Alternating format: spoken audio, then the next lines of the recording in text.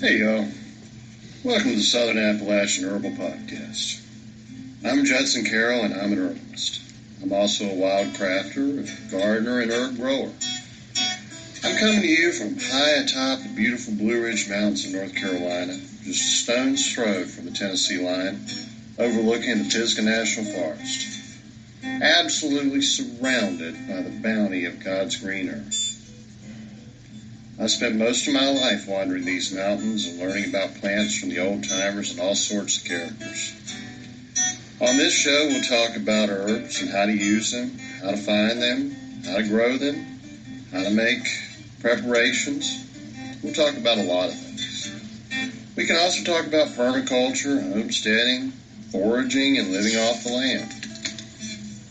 Most anything, really. You can email me at southernappalachianherbs@gmail.com if you have a question or a comment.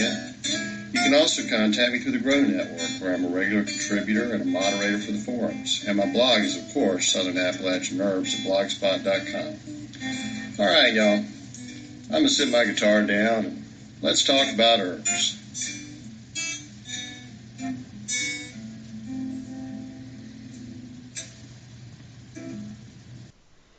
Hey y'all, welcome to today's show. We'll hit on several herbs today. I wanted to run through a few grasses that have medicinal uses, and then we're going to talk about wild carrot. Since since we discussed poison hemlock last week, it just seems only right that we should discuss wild carrot, the most common look-alike plant for poison hemlock. As I mentioned, it's food use I consider to be somewhat limited because it's woody, tough. It's not like an improved carrot, a garden carrot, but it is edible, and a survival situation, it could absolutely save your life. And I think it's really nice just to harvest a few of them and throw them into a soup or a stew. You do have to trim them up, but medicinally, the wild carrot is far more potent than the garden carrot. So you do want to know about medicinal use of wild carrot. The three grasses we're going to discuss are just going to be very brief, and they're also really important to know. The medicinal grasses are especially good for like kidney stones and such. I mean, it's like they're like a go-to. I mean, really one of the most effective herbs, and so we'll get into that in a minute. But of course, I always start with the recipe, and I'm just gonna. It's going to kind of be a mixed bag today. It's been that kind of week. There's just a few things I got going in the kitchen that I always do this time of year, and I don't think I've ever mentioned them.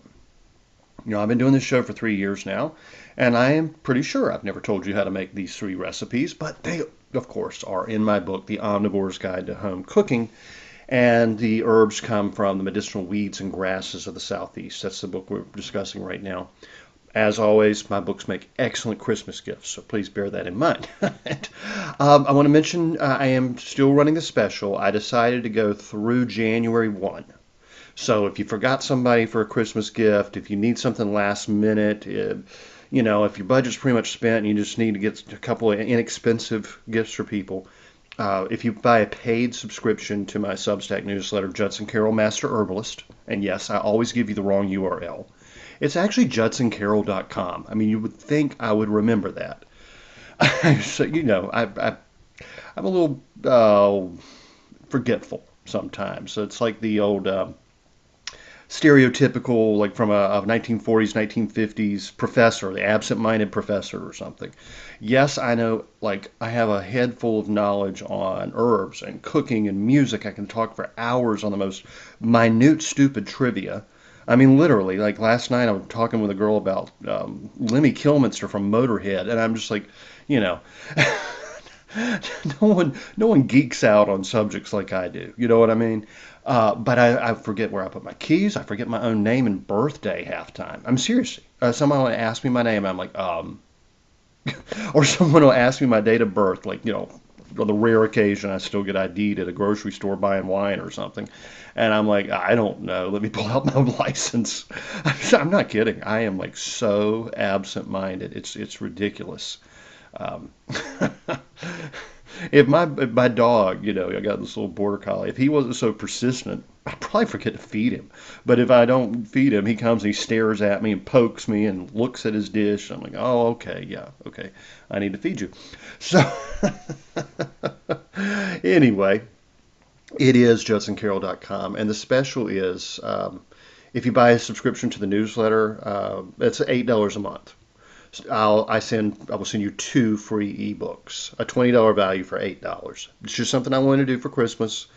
I obviously can't afford to do it for very long, so I'm going to run it through the end of the month, actually till January 1. So if you want it for yourself, if you want it for somebody else, if you want to give them one book and you keep another, just email me and tell me what it is. But I mean, with shipping rates so high and this economy so bad, I mean, Biden's crushing us. I just wanted people to say, if all I can afford is $8, then I can afford $8 to give somebody a pretty unique gift. So that's my goal. It's just something I wanted to do. So it's just sort of my gift to y'all because I really appreciate you listening to my show. Now let's get into the recipes. As I said, this is just a mixed bag. Okay. First of all, if you're anything like me, you're eating a lot of greens this time of year. I am proudly Southern, and I am a greens fanatic. Turnip greens, mustard greens, collard greens, and yeah, even some cabbage. Spinach. I just love it, but I especially like those, somewhat bitter cruciferous vegetables like collards and such. And I have told you how I cook them. I'll run it through again just in case you missed the recipe in that episode. Cook them all the same. Chop them up. Well, wash them, chop them, leave the water on, don't dry them off. Put a little bacon or fat back in a pan, in a pot, I guess I should say, and just drop them in there and let them wilt. The water on the leaves is the liquid they cook in. The trick is though, leave the lid off. All greens. I mean, if you've ever smelled, well, you know what cooked cabbage smells like. It stinks, Collards are even stronger. Turnips are maybe somewhere in the middle. Mustard is different. It has sort of a peppery smell. Leave the lid off. Now, the reason for that is as greens cook, they produce sulfur gas. That's the smell you're smelling. That sulfur gas, if the lid stays on, will combine with steam and drip back onto your greens and make them that dingy, mushy, dark, brownish color. And they taste awful. I mean, I don't eat greens that have been cooked with the lid on. Seriously, if you leave the lid off, they will be a nice bright green. They will have those good sweet tastes to counter the bitter. I always throw a little vinegar, hot pepper vinegar on any greens. I think that's the only way I eat them. And a piece of cornbread and I'm good to go. But obviously, you got to trim up your greens, right? So you're going to have a lot of stems. Don't waste the stems. You can make sauerkraut out of any member of the cabbage family, which includes collards and mustard and turnips and broccoli and cauliflower and everything in the brassica family, bok choy, you name it. All of it can be made. Even radishes. Radishes are in the same family. All of it can be used to make sauerkraut. So this last week, cooked up actually all 3, collards, mustard greens, turnips, and some cabbage. And I took all those trimmings, I cut off anything that was, brown or damaged, and then just chopped it really fine because those stems are fibrous, so you do want to chop it down real fine. You can grate them if you want to, but I don't bother. Mix in salt. I made a quart of mixed stems from my greens of sauerkraut. To that, I added 2 tablespoons of plain salt. Actually, it was probably more like 1. I went kind of light on the salt. But anyway, so at least 1 tablespoon of plain non-iodized salt. Worked it in until the stems produced a brine and they could be covered in the liquid of the brine. Packed it tight into the jar. Added a little bit of plain kombucha just to make sure things would get off to a good start. And because I went a little light on the salt, I wanted, to add a little kombucha. That's sort of the trade-off, And put a rubber glove over the mouth of the jar, secure it in place with a rubber band, so as it produces the carbon dioxide gas, the glove will inflate, but it keeps air out because air will spoil your kraut. And that is going to make a fantastic kraut. It'll be very complex.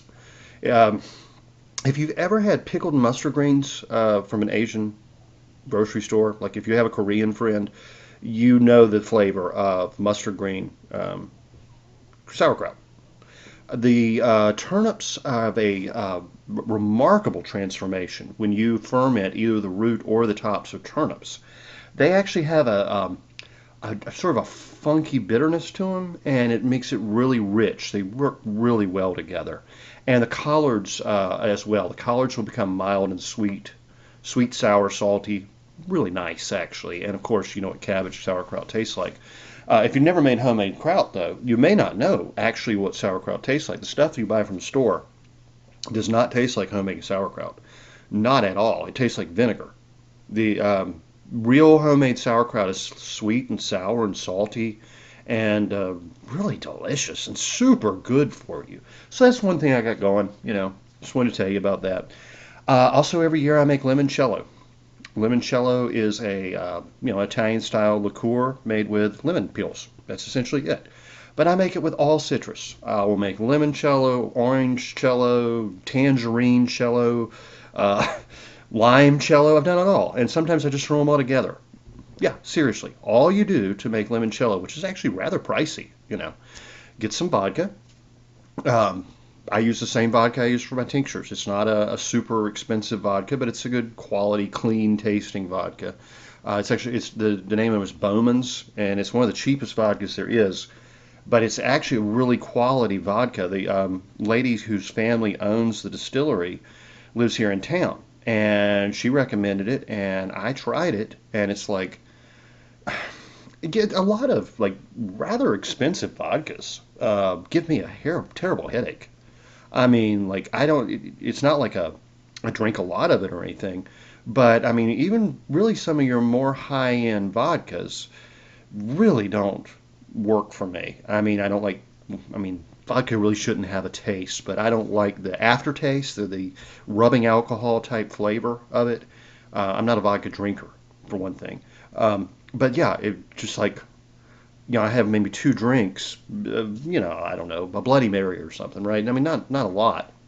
And the next day I've got this pounding headache like I'm hungover. I mean, I just really don't do well with a lot of vodkas.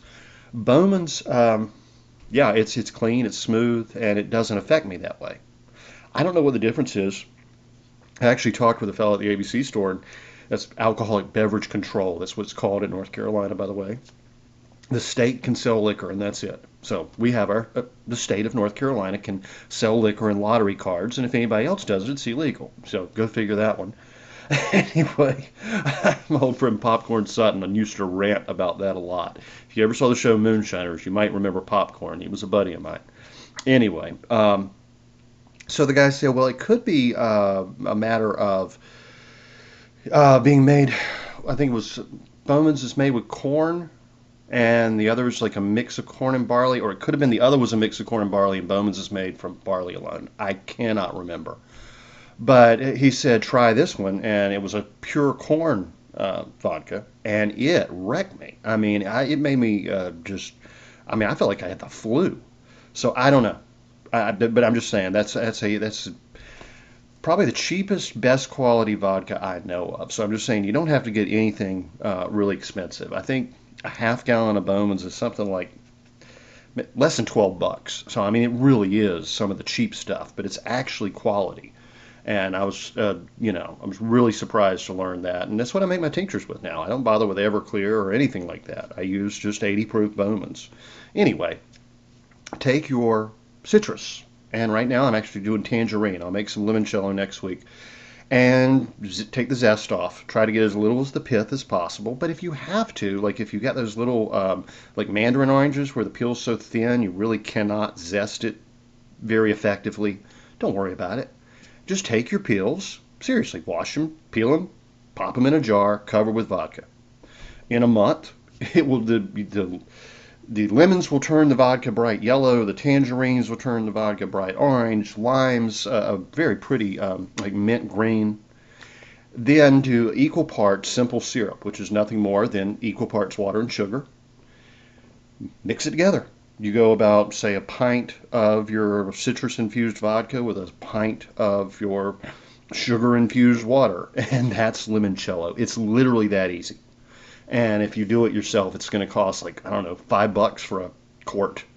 And if you go to the store and buy it, it's going to be 20, 30, 40, $50 a bottle, depending on what brand. So, yeah, it's pretty good stuff. And if you make it yourself, you can cut back on the sugar. I don't make it anywhere near as sweet as a lot of people like it. I go like 2/3 of the citrus infused vodka to like 1/3 simple syrup, and that's perfect for my taste. You can do so many things like that. Making liqueurs and cordials is a lot of fun. I always try to do it this time of year. Give them away as gifts. People like that stuff. And the other thing, this really does relate to herbalism as well. I mean, all these are these are all essentially herbal food recipes when you think about it. The brassicas have so many medicinal uses. That citrus-infused vodka is great for your immune system. Those bioflavonoids in there are anti-inflammatory. Really, yeah, very good, and actually very good for digestion. Citrus peels are bitter, so. But the other is the juniper berries. The trees are full of juniper berries this time of year. And, I use them in a lot of stuff, actually. But one of my favorite things to do, as I've mentioned before, is make sausage. And a Christmas sausage that is so easy is literally just either grind up or buy some ground pork. Either way you like it.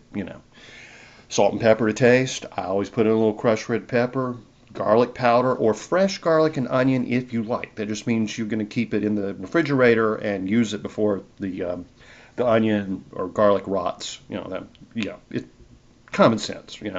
But yeah, I do a little onion, a little garlic powder, black pepper, a little bit of little nutmeg, and some crushed red pepper. I like that combination. It's pretty good.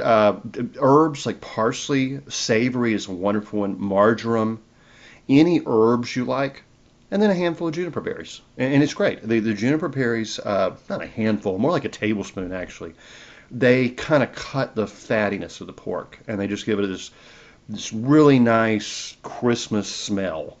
You throw some cinnamon in there, that's nice. Seriously, cloves are really more my go-to, ground cloves, or a little Chinese five spice. It's a mix of basically cinnamon and clove and anise and all that. Chinese five spice is one that I use almost as much as Creole seasoning, and I put Creole seasoning in like everything. And sometimes I just take ground pork and mix in some Tony Chachere's and fry it up as sausage patties. Making your own sausage when it comes to fresh breakfast sausage, country sausage, is literally that easy. And another great addition, very British, traditional, very German and English actually, they both do this, green apple and onion. Ground pork with ground up or chopped up actually green apple and finely chopped onions, salt and pepper to taste. You can absolutely add some juniper berries to that. You're going to love it. And if you want to get real fancy, 2 equal parts ground pork and ground duck. Now that is good. But it is fatty and it's rich, and you're definitely going to want to have some juniper berries, some citrus zest. That's another way you can use the peels from your oranges and your lemons. You're going to want dried cranberries would be perfect. Anything like that can kind of cut the fattiness with some acidity, and you're going to love it. I mean, impress the heck out of your friends and family when you start making your own breakfast sausage, and like every morning is a treat where you have a slightly different flavored sausage. A little sugar in there works pretty well too, actually, especially with that pork and duck. I don't use much. I mean, I don't have much of a sweet tooth. But a little brown sugar absolutely will cause the sausage to brown up, like Jimmy Dean or some other sausage you get from the grocery store. That's what really surprises people when they try my homemade sausage. They're like, it doesn't really brown like the one I get from the store. And I'm like, well, yeah, because they pour in a ton of sugar. The sugar is what's browning. The pork just browns up like a pork chop. I mean, So anyway.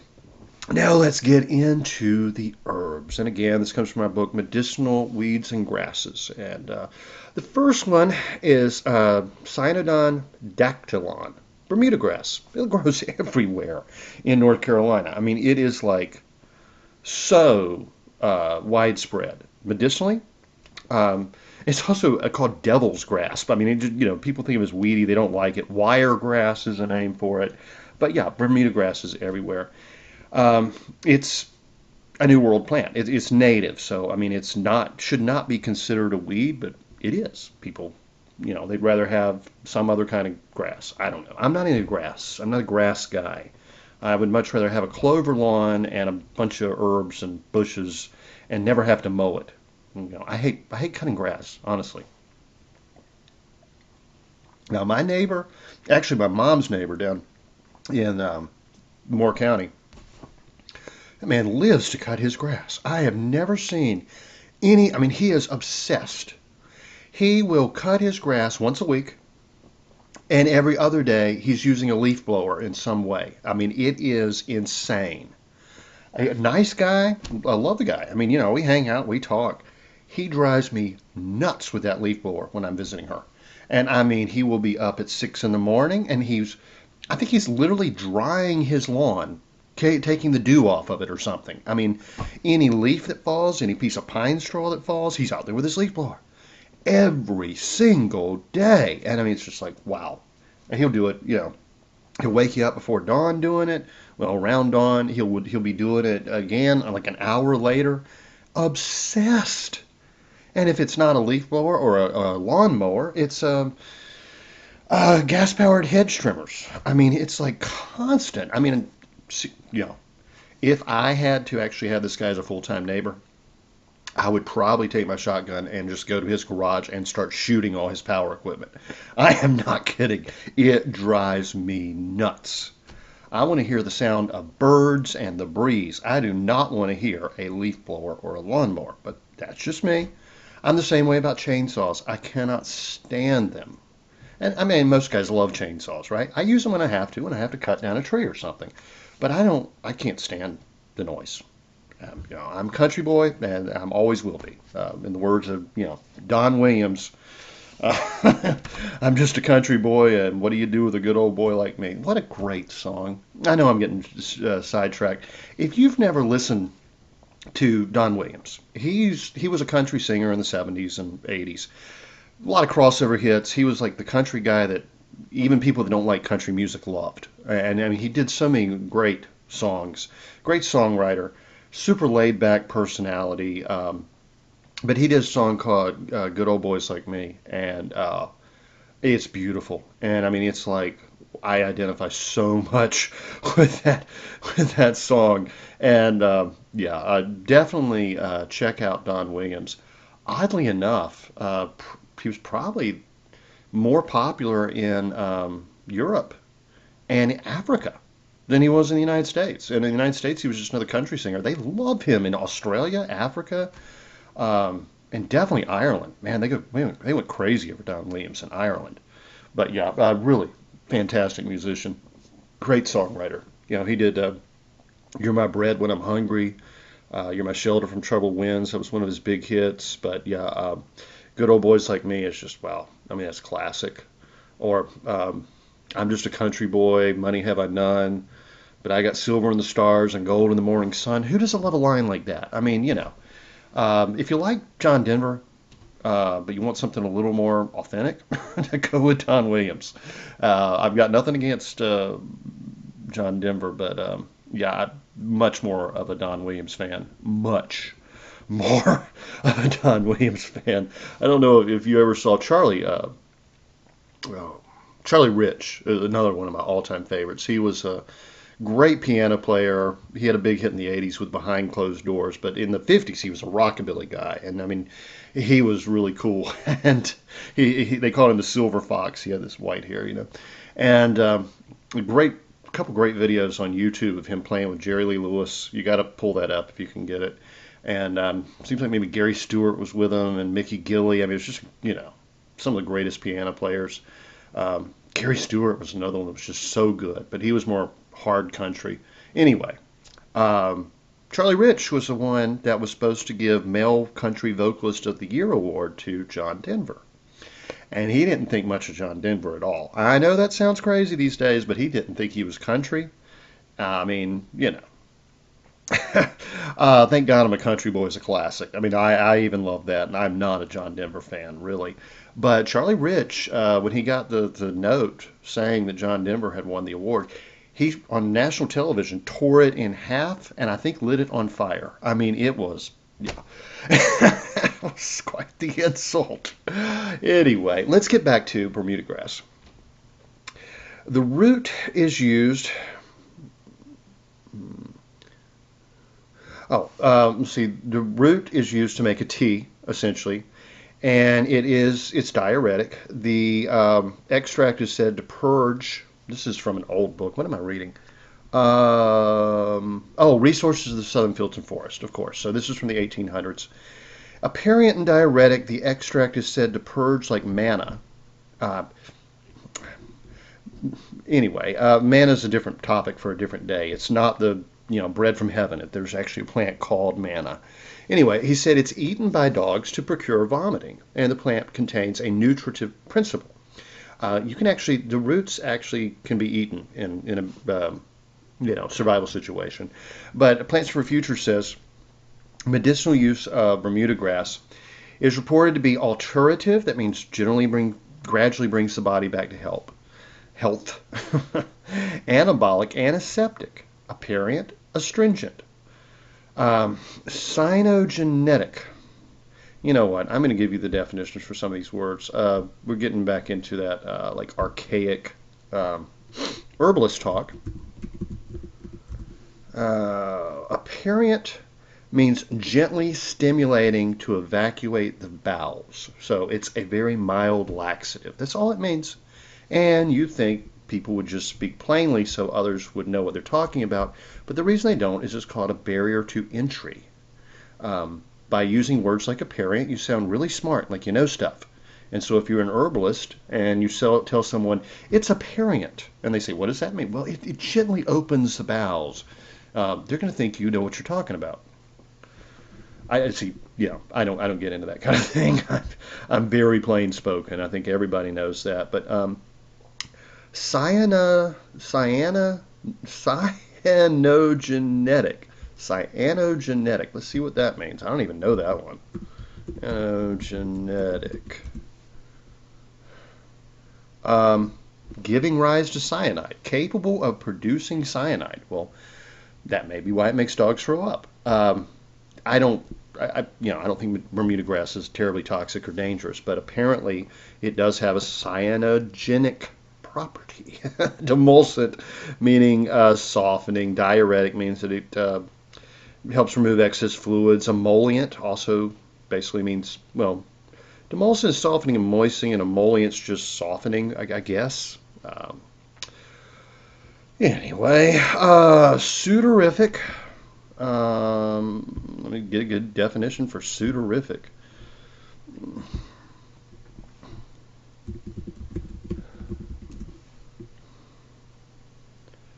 Well, sudorific just means it helps you sweat. It's what I thought. Sudorific herbs are used to help break a fever, usually.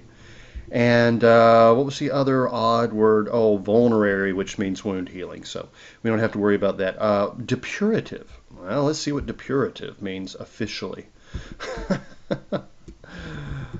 Depurative means cleansing. Specifically in medicine, a remedy supposed to purify the blood or humors. Well, I don't know. For some reason, for most of the history of herbal medicine, herbalists talked about blood cleansers. Now herbalists are ashamed to use that word because, it's not really very accurate. Usually a blood cleanser was used like after a long winter to just kind of help with digestion and help boost the immune system, etc. So herbalists now don't like to use the word blood cleanser because that's considered like old folk medicine, and they use words like depurative. Well, I know what a blood cleanser is, and anybody I tell knows what a blood cleanser is. Nobody knows what depurative means. So I am of the old folk tradition. I'm a kitchen herbalist. I'm not a clinical herbalist. So I'm just going to say a blood cleanser, and I think everybody knows what that means. Yeah, it helps you get over like the sluggishness and weakened immune system of winter, and that's it. Anyway, They said a decoction of the root is used as a diuretic in the treatment of dropsy, that's edema, water retention, and in secondary syphilis. An infusion of the root is used to stop bleeding from piles. That's actually hemorrhoids. The juice of the plant is astringent and is applied to fresh cuts and wounds. A very good use for Bermuda grass. When mixed with the powder of a clove, that's the spice clove. When mixed with the powder of a clove, it is used as an anthelmintic. That means it helps get rid of worms and parasites. Internally, it is used in the treatment of chronic diarrhea and dysentery. It is also useful in the treatment of catarrhal cloudy mucus in the eyes. Let's just go with that. All right. The juice is diuretic and used in the treatment of dropsy. We said that. Leaf juice has been used in the treatment of hysteria, epilepsy, and insanity, believe it or not. This is Bermuda grass. Nobody thinks of this plant medicinally anymore, but it's very useful. All these grasses are. The plant is a folk remedy for anascara, calculus, cancer, carbuncles, convulsions, coughs, cramps, cystitis, diarrhea, dropsy, dysentery, epilepsy, headache, hemorrhage, hypertension, hysteria, insanity, kidneys, as a laxative for measles, rubella, snakebite sores, stones, tumors, urogenital disorders, warts, and wounds. So think about that next time you're cutting your grass. It is incredibly useful plants. And the next one I want to mention is actually one of my favorites. It's one of the only grasses I actually will intentionally grow, along with lemongrass and such. Cyperus esculentus. That is chuffa or tiger nut, yellow nut grass, yellow nutsedge. The bane of the farmer's existence in eastern North Carolina. Seriously. Hoeing nutgrass out of the peanut fields is not fun. But these are wonderful. They were actually planted very much by early settlers before peanuts became popular. Peanuts were not considered to be food fit for human consumption. Most of the South grew nutgrass or nutsedge, chuffa. It has a little tuberous root, and it's somewhat actually more like a water chestnut, I would say, in flavor and texture. And it was a very important crop. So this is what we call a weed, and everybody wants to spray with Roundup and eradicate it. Our great-great-grandparents were growing it for food, and we should still be doing that today. It is very nutritious. It is very useful, and it's one of those things that will grow where a lot of other things won't. And you could have a lawn of it. It's you get a little weedy, but you might have to cut the grass, mow it a little more often than normal. But it's wonderful stuff. There are, especially permaculture folks, have developed really nice big tubers on their nutsedge or chuffa or whatever you want to call it, nutgrass, and it makes for a very nice food crop, and it's perennial. It's a plant once and forget about it, and you're going to have food for life. So I love stuff like that. Being a plant geek, I really get into that stuff. So cypress is a sedge family, so it's not a true grass. Several, if not all, are edible, but I've only found documented information for specifically Cyperus esculentus, also known as flat sedge, chuffa flat sedge. That's another word. But anyway, in Plants for the Future, they call it tiger nut, which is actually the more popular name for it in Europe and Asia. They say medicinal use of tiger nut. Tiger nuts are regarded as a digestive tonic, having heating and drying effects on the digestive system and alleviating flatulence. They also promote urine production and menstruation. The tubers are said to be aphrodisiac, carminative. That means it settles the stomach, and I think you know what aphrodisiac is. Hopefully we won't have to do a lot of more defining. Diuretic, amenagogue actually means it stimulates menses. Stimulant and tonic. In Ayurvedic medicine, they are used in the treatment of flatulence, indigestion, colic, diarrhea, dysentery, and excessive thirst. And they mention, of course, that the tuber is the edible part and can be eaten raw, cooked, dried, ground into a powder. You can make confections out of it. You can use it as a flour. It has, as they say, it has a delicious nut-like flavor, but a fairly kind of chewy, tough skin. And they taste best when dried. And I used to dig these things up as a kid and eat them all the time. I actually accidentally ate a few grubs in the process as well, so I would suggest being a little bit more careful. They, um, not that, there's anything wrong with eating grubs. They're not going to hurt you. They're actually very good protein, but I know a lot of people are weird about eating bugs. Let's just say I ate a lot of bugs by mistake when I was a kid. And sometimes not by mistake. In my dad's store, they sold chocolate covered bees and ants and such. So that was never like an odd concept for me, like it is for a lot of people these days. You can make a sort of a substitute for milk out of the powdered, dried, ground tiger nuts, as they call. Like if you like almond milk and soy milk and that kind of junk that I don't, you can absolutely do that. And it's usually mixed with a little wheat and sugar, and is actually considered to be a superior oil than olive oil, believe it or not. So, I mean, that's another great use for it. And as they always say with root plants, roasted, it can be used as a coffee substitute. There is no such thing as a coffee substitute. There's coffee and everything that's not coffee that people try to pretend is coffee. The base of the plant can be used in salads. You can actually eat not just the tuber, but the base of it can be used as a salad vegetable. So I think, that is one of the most useful, valuable plants, and everybody's just trying to soak it and round up and kill it. Seriously. I mean, I think everyone should be growing nutsedge. That's just my opinion. I also like what's called air potatoes, which are considered to be like one of the most hated invasive species in Florida. I mean, it's like kudzu to them. I love them. And I actually like kudzu. I eat the leaves, and the flowers make a wonderful jelly and wine, and the root has amazing. But we'll get into kudzu later. That's one of the very best. It's it, yeah, it will take over and kill everything in sight. But I mean, it's the vine that ate the South. But the South should be eating the vine. It's actually was promoted as hay in its early propagation before the government started using it for erosion control. And it's basically the most nutritious feed for cows and horses and even chickens and goats that there is. And it's free and it's good for human consumption. So amazingly enough, you can actually make fishing lines and beautiful like silk kimonos out of it. I mean, it is super useful. And the giant roots are very medicinal. We'll get into that another day. But I'm going to wrap up here with Dactylus glomerata. Dactylus is another grass, and it's probably the most known of the medicinal grasses. Very much used in German folk medicine. Father Nape, Father Kunzel, Brother Aloysius all wrote about it.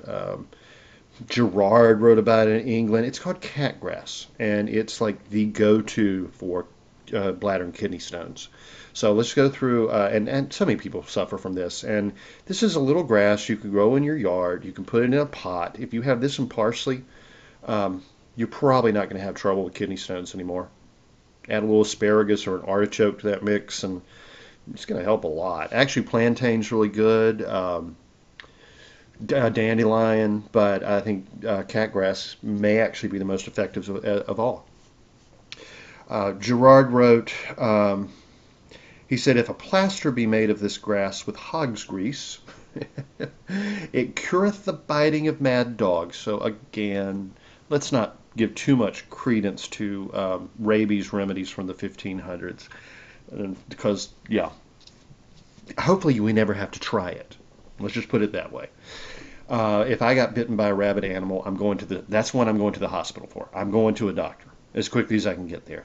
That's not something you play around with.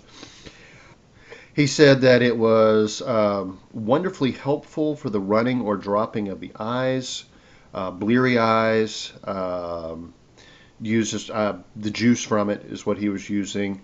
Good for poultices, for swelling and sore breasts. Good for all cases. Oh, he said that catgrass and doggrass can be used interchangeably. Resources of the Southern Field and Forest said this species is especially sought after and swallowed by dogs and cats when they are inclined to vomit or to envelop splinters of bone collected in their stomachs. It is a valuable grass and ought to be cultivated with care. I agree. And according to Plants for Future, it is estrogenic and a folk remedy for treating tumors, kidney, and bladder ailments. Hmm. I, you know, Again, that one's less cultivated in America than the other two, I would say, but very, very worthwhile, very popular as a remedy in Europe. Now, as I promised, I'm going to get to Dacus carota. That is actually wild carrot, or you may know it as Queen Anne's lace. This is the one that looks like poison hemlock, except the leaf is slightly different and it has a little purple floret in the center of the umbel. That's how we know it. And it grows so abundantly where I live. I mean, I can just take a 5-gallon bucket, go out in any afternoon in the summertime, and fill it in about 20 minutes max. So it's if it were better tasting, I mean, it tastes pretty good. It's more parsnipy than carrot-like actually. But if it were an easier to use food product, it would probably be much bigger part of my diet because it is very, very common. But we're going to try to talk about the medicinal value, the medicinal properties of it. Dioscorides wrote of wild carrot. Hippocrates wrote of this is one of the most oldest herbs known to man for medicinal use. Let's see what Dioscorides said after he describes it. And you know what Queen Anne's lace looks like, or you know what a carrot looks like if you grow one in your garden. He says the root is the thickness of a finger. That is true. Sweet smelling and edible boiled as a vegetable. Absolutely true. The seed induces menstrual flow, taken as a drink or inserted as a pessary, and is good in liquid medicines for frequent painful urination, dropsy, and pleurisy. It's a very good diuretic. Another one's really good for kidney and bladder stones, by the way. It is useful for bites and stings of venomous creatures. They also say that those who take it beforehand shall experience no assault from wild beast. I don't know. I mean, I don't think any wild beast is going to be driven off because you ate a carrot. It's got, that's a little folklore that is so fascinating in the old Greek books, the old Greek herbals. It encourages conception. They believe that it helped with fertility. The root, also being urinary, is applied to stir up. It's applied as an aphrodisiac. They thought carrots were an aphrodisiac. If that were true, I think a lot more people would eat salad. So I'm going to take that one with a grain of salt as well. The leaves pounded into small pieces and mixed with honey and applied clean ulcers that spread, good for ulcerated sores. But he said by the time of Dioscorides, which is, I don't even know, well over 2,000 years ago, 2,500 years ago or so, they had already developed the garden carrot. It had already been bred, and he goes on and says how that was, much easier to eat and more tasty, and probably came from Egypt originally. So this really is one of the oldest vegetables and medicinal herbs known to man. Hippocrates, the father of medicine, actually wrote long before Dioscorides, in fever attended with cingulus, give asafoetida, oxymel, and carrot. So he liked it with for fevers. And asafoetida is probably silphium, which is the original asafoetida, not necessarily the spice used in Indian cooking, although they are related, and asafoetida is in the carrot family, which and they think it's been thought to be extinct for literally over 2,000 years. But it appears that a botanist in, I think it was in Iran, maybe, somewhere, Turkey. A botanist in Turkey has rediscovered the plant and is propagating it. And so in a few years, we may be able to enjoy the flavor. It was also considered an aphrodisiac, like the carrot for some reason. But the flavor is so incredible that our ancestors literally harvested the plant to almost extinction, and no one has been able to experience it for over, I think, if I'm not mistaken, Pliny wrote that it was, or Pliny, as they say in Italy, it was extinct then. So, no one has tasted this plant in 3,000 years. And, I'm looking forward. I'm thrilled. As a not just a plant geek, but somebody that's really into cooking. I love Apicius and all the old Roman cookbooks and Greek cookbooks, and that was like um, those two varieties of asafoetida, and this one was usually, like I said, called silphium, included in so many recipes. And I'm always like, wow, I wonder what that must taste like. I wonder what that must smell like. Well, apparently we're going to get a chance to find out. And there's a really cool video on YouTube, a lady that specializes in ancient Roman cooking, and she was sent a sample of it. And apparently it's more aromatic than it is strongly flavored. She said it was actually somewhat like frankincense.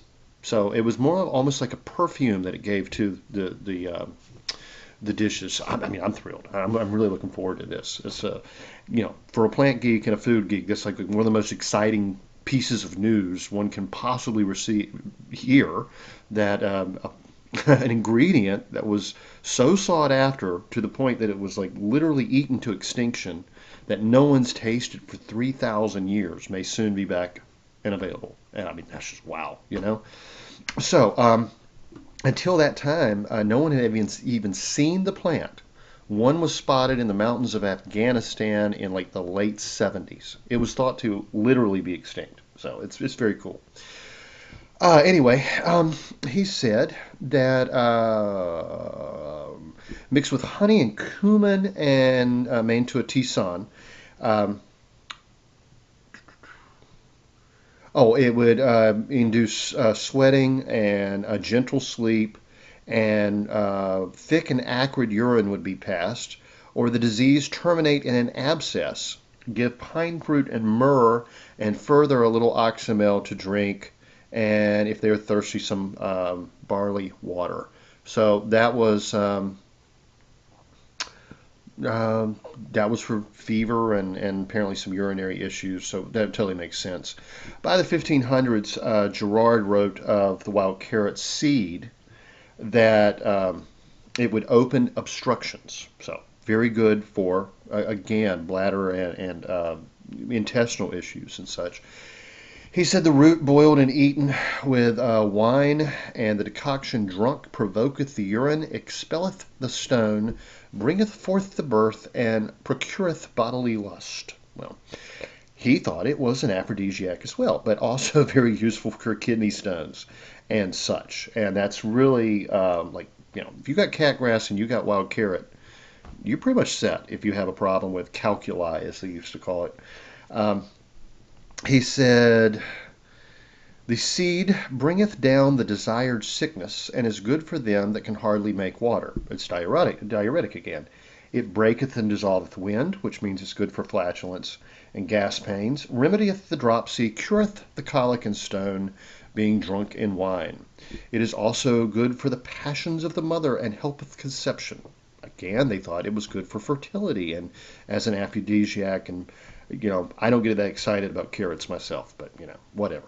Anyway, Culpeper says about 100 years later, he gives a long description of the plant and gives some folklore and all that, but then he said it breaks the wind, which again means for flatulence, and removes stitches in the side. Like the pain you get in your side when you're running can also be caused by inflammations of the what is the pleroma, the lining around the lungs, which gets inflamed, and we call it pleurisy, or liver inflammation, and of gas, of course, can all cause that same pain. And the carrot seed was thought to be very good for that. It provokes urine in women's courses, and helpeth to break and expel the stone. The seed of the same worketh in like effect. So he was talking the root and seed, and is good for dropsy, and those whose bellies are swollen with wind.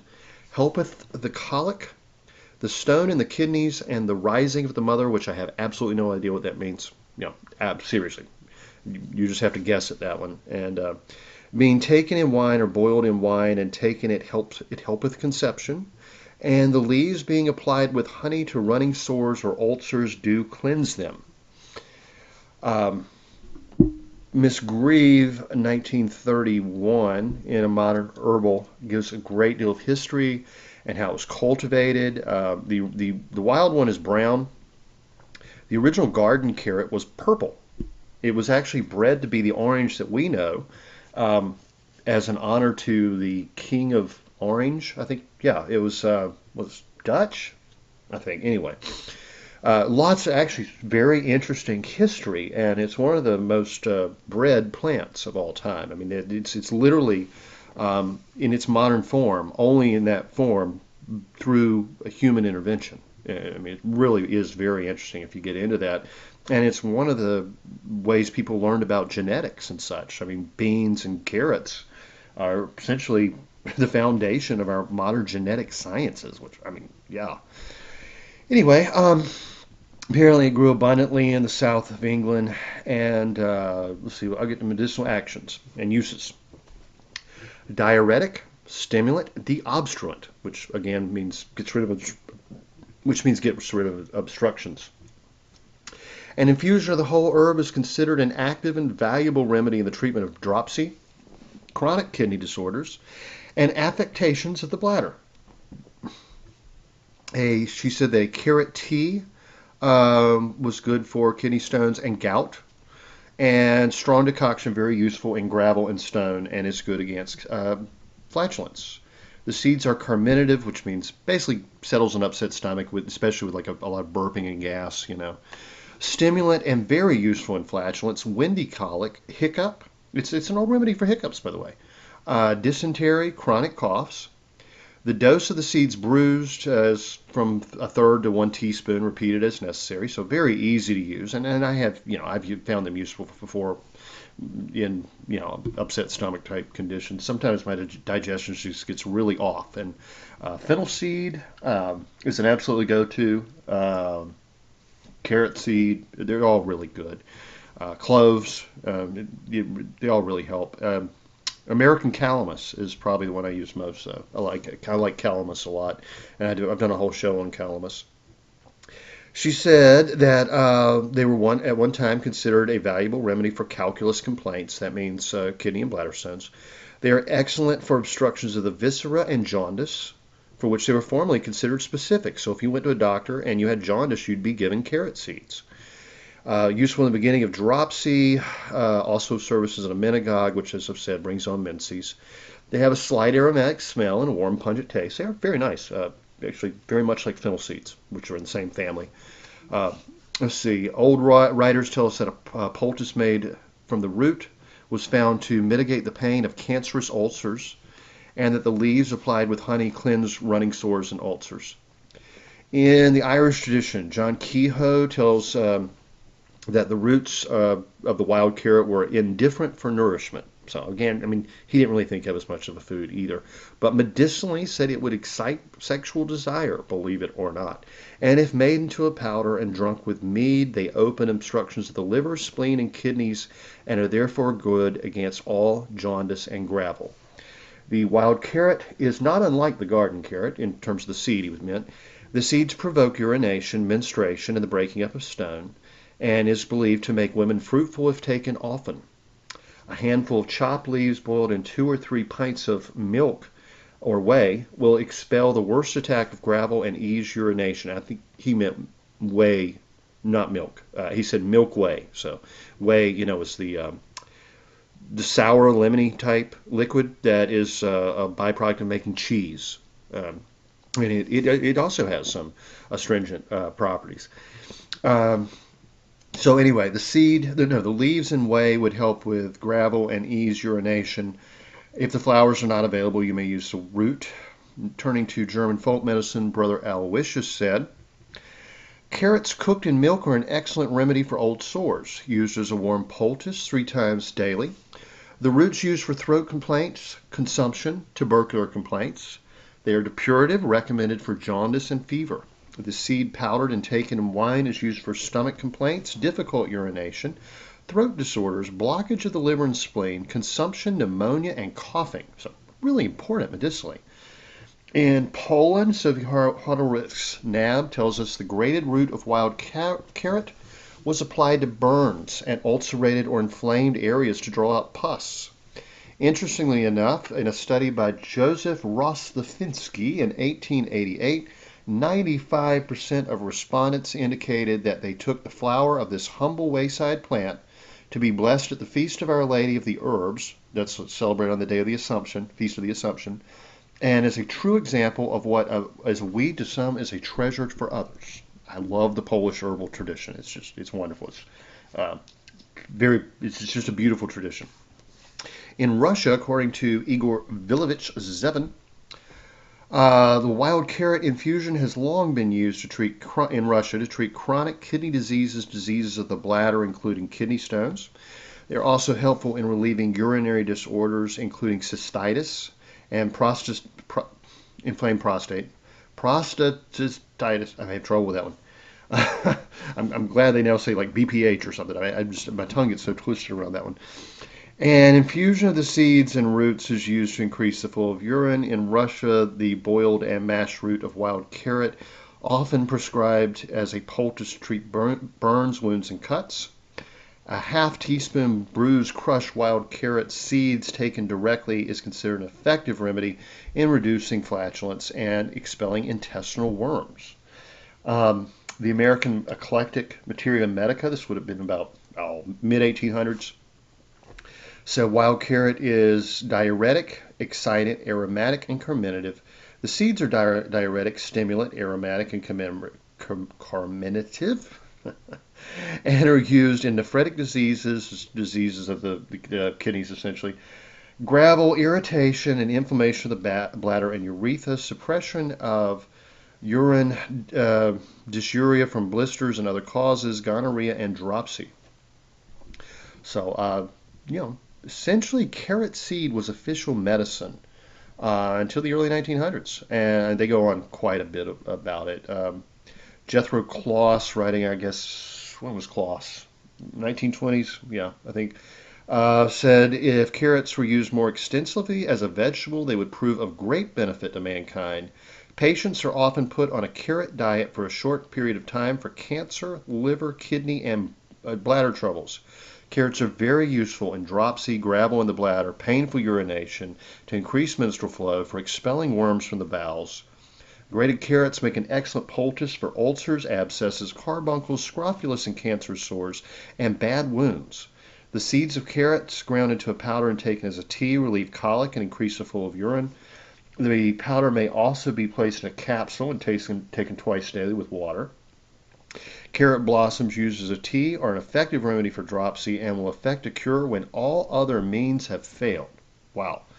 And in modern terms, Plants for Future says, the wild carrot is an aromatic herb that acts as a diuretic, soothes the digestive tract, and stimulates the uterus. So that is apparently why it has that reputation as being an aphrodisiac. A wonderfully cleansing medicine, it supports the liver, stimulates the flow of urine, and the removal of waste by the kidneys. The whole plant is anthelmintic, meaning it helps with worms, carminative, deobstruent, diuretic, galactagogue, means it actually increases mother's milk, ophthalmic, stimulant, and infusion is used in the treatment of various complaints, including digestive disorders, kidney and bladder diseases, and the treatment of dropsy. An infusion of the leaves has been used to counter cystitis and kidney stone formation and to diminish stones that have already formed. Carrot leaves contain significant amounts of porphyrins, which stimulate the pituitary gland and thus lead to the release of increased levels of sex hormones. See, I did not know that. Again, I don't find carrots that exciting, but I do enjoy eating carrots, especially pickled. The plant is harvested in July and dried for later use. A warm water infusion of the flowers has been used in the treatment of diabetes. The grated raw root, especially of the cultivated form, is used as a remedy for threadworms. The root is also used to encourage delayed menstruation. The root of the wild plant can induce uterine contractions and should not be used by pregnant women. Did you know carrots can be dangerous when you're pregnant? Well, they can, but it's really the wild form. The cultivated is not as strong. But still, be careful. Don't eat a bushel of carrots at one time. The tea made from the roots is diuretic and has been used in the treatment of urinary stones. The seeds are diuretic, carminative, emmenagogue, and anthelmintic. An infusion is used in the treatment of edema, flatulent indigestion, and menstrual problems. The seed Has been used as a contraceptive, but that would require further investigation. Carrot seeds can be abortifacient, so should not be used by pregnant women. So if you're pregnant, don't eat carrot seeds. And that's so true. So many herbs. I've said before, mint can be very dangerous. Oregano can be dangerous, but we're talking more medicinal doses. I think you should probably avoid carrot seeds, though, because they're very strong in volatile oils. They're actually quite potent. And, you know that just because they smell good when you're planting them. So anyway, y'all, that wraps up this rather long show. And, what fascinating plants.